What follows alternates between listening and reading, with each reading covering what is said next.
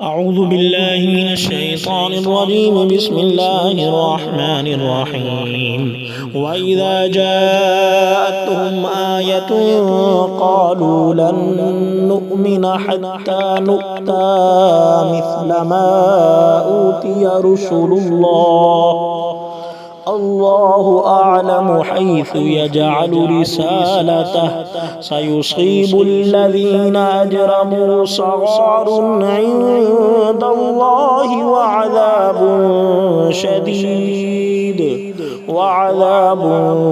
شديد بما كانوا يمكرون صدق الله العظيم۔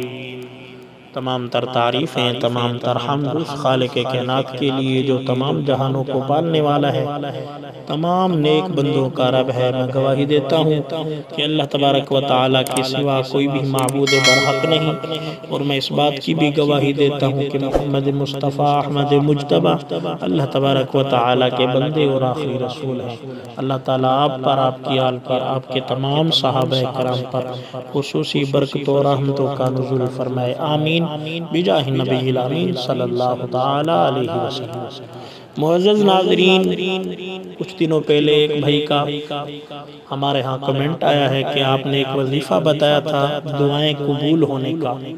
اللہ تبارک و تعالیٰ کے فضل سے میں نے آپ کا بتایا ہوا وظیفہ کیا تو میری دعائیں قبول ہو گئی۔ وہ وظیفہ کیا تھا؟ جب ہم نے ان سے دریافت کیا تو اس وظیفے کے بارے میں انہوں نے بتایا، تو میرا یہ دل چاہا کہ میں دوبارہ اسی پر وظیفہ بتاؤں تاکہ آپ لوگوں کو بھی علم ہو سکے کہ جو وظائف ہیں، جو دعائیں ہیں، وہ قبول کس طرح ہوتی ہیں۔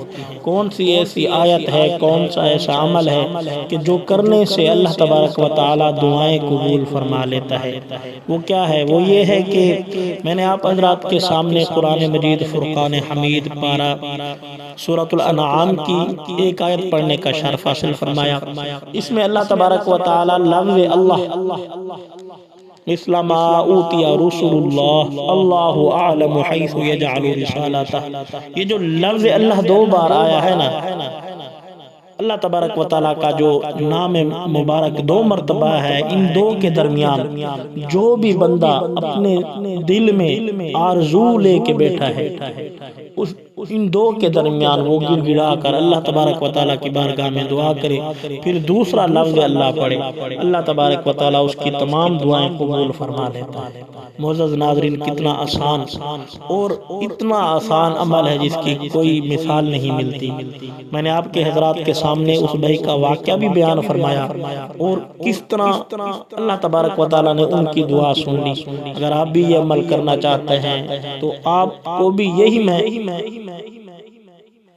مشورہ دوں گا کہ اس عمل کو اپنی زندگی کا حصہ بنائیں کہ جو آپ کی دعائیں قبول نہ ہو رہی ہوں، اللہ تبارک و تعالیٰ کی لاریب کتاب قرآن مجید فرقان حمید اٹھائیے اور سورۃ الانعام کی اس آیت مبارکہ کو وَإِذَا جَاءَتْهُمْ آيَةٌ قَالُوا لَن نُؤْمِنَ حَتَّى مِثْلَ مَا أُوتِيَ رُسُلُ اللَّهُ أَعْلَمُ حَيْثُ يَجْعَلُ رِسَالَتَهُ، یہ جو آیت مبارکہ ہے لفظ اللہ کے درمیان جو بھی آپ دعا کریں گے، یعنی دو لفظ اللہ تبارک و تعالیٰ کے نام مبارک، ان دو کے درمیان جو بھی دعا آپ کریں گے اللہ تبارک و تعالیٰ قبول فرمائے گا۔